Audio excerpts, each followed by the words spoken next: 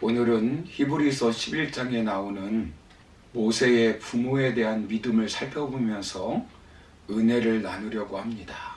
히브리서 11장에 소개된 믿음의 사람들 중에 부모님에 대한 믿음은 유일하게 모세의 부모님에 대한 믿음만 소개되고 있습니다. 히브리서 기자는 모세의 아버지 이름은 아므람이고 어머니 이름은 요게벳이라는 것을 잘 알고 있었을 것입니다. 그런데 히브리서 기자는 모세의 부모라고 통칭하여 부모님의 믿음을 소개합니다. 모세가 태어날 때 애굽의 새로운 통치가 바로 왕이 집권하여 공포의 정치를 할 때입니다. 그런데 당시 유대의 종교와 로마의 권력으로부터 고난받고 핍박받은 시대에 부모들이 어떤 믿음을 가지고 살아야 할 것인가를 교훈하기 위해서 의도적으로 기록하고 있는 것입니다. 모세가 태어날 당시 태어난 남자들을 다 죽이는 유아 살해를 하는 폭력적인 왕 권력 밑에서 일가 친척뿐만 아니라 민족 모두가 고통을 받고 있을 때입니다. 이런 때에 모세의 부모는 어떤 믿음을 가지고 자식을 지키며 양육하고 있습니까? 본문 23절을 보시면 믿음으로 모세가 낳았을 때에 그 부모가 아름다운 아이임을 보고 석 달 동안 숨겨 왕의 명령을 무서워하지 아니하였으며 라고 말씀합니다. 모세가 태어날 때 그 부모가 취한 믿음의 행위를 말하는 것으로 믿음으로 보고 믿음으로 숨기고 믿음으로 무서워하지 아니하였다는 것입니다. 그들이 행한 모든 것이 믿음으로 행하였다는 것입니다. 그렇다면 오늘 이 시대를 살아가는 우리에게 주는 교훈은 무엇일까요? 먼저는 자녀를 하나님의 경륜을 이루는 영적 시각으로 보아야 한다는 것입니다. 모세의 부모는 모세가 태어났을 때 어떻게 보았습니까? 본문 서두를 보시면 믿음으로 모세가 낳았을 때에 그 부모가 아름다운 아이임을 보고 라고 말씀합니다. 모세가 태어났을 때 어떤 환경이었습니까? 출애굽기 1장 22절을 보시면 히브리 여인들이 아이를 낳으면 아들일 경우에는 나일강에 던져 죽이고 딸일 경우에는 기르도록 명령했습니다. 당시 상황을 보면 모세는 부모의 행복을 방해하는 짐덩어리에 불과합니다. 모세의 부모는 이런 상황에서 결혼을 할까 말까 수없는 고민을 했을 것입니다. 그런데 믿음으로 결혼을 했습니다.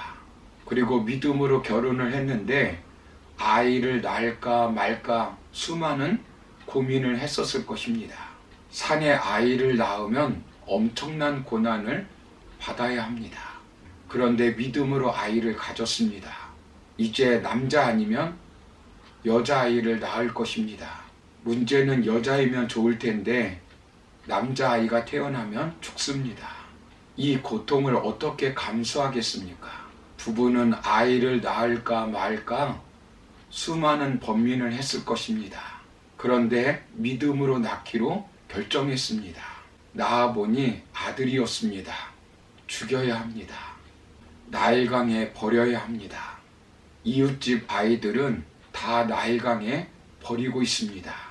그런데 모세의 부모는 믿음으로 아이를 나일강에 던지지 않고 살렸습니다. 만약 모세의 부모가 믿음으로 결단하지 않았다면 모세 같은 위대한 영웅은 이 땅에 태어나지 못했을 것입니다.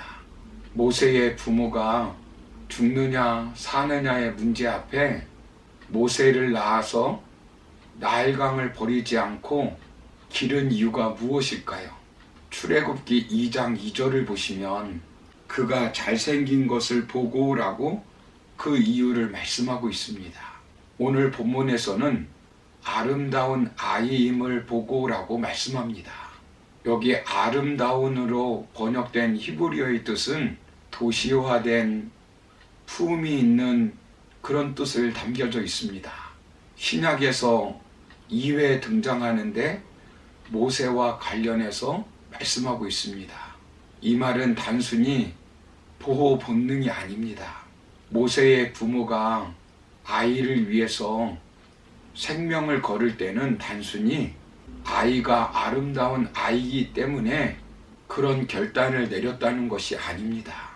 사도행전 7장 20절을 보시면 그때의 모세가 낳는데 하나님 보시기에 아름다운지라 그의 아버지의 집에서 석 달 동안 길리더니라고 말씀합니다.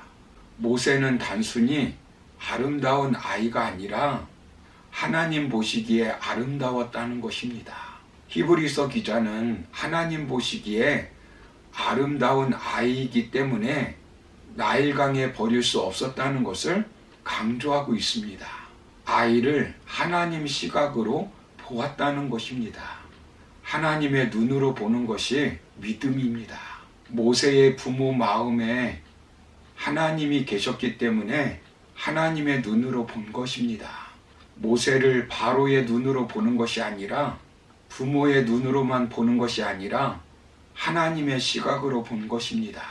창세기 1장에서 세상을 창조할 때 하나님이 말씀하신 것처럼 보시기에 좋았더라고 말씀합니다. 하나님의 눈을 가지고 보았을 때 보이는 아름다움입니다. 바꾸어 말하면 하나님께서 모세의 부모에게 하나님의 눈을 허락하셔서 그 아이의 준수함을 보게 하신 것입니다. 바로의 눈에는 불필요한 존재, 자신들에게 해를 끼치는 존재, 출애굽하여 아브라함에게 언약하신 것을 이루실 존재, 물건이 아니라 하나님의 언약을 이루어야 할 유일한 존재인 것입니다. 그 시각으로 모세의 부모가 자식을 본 것입니다.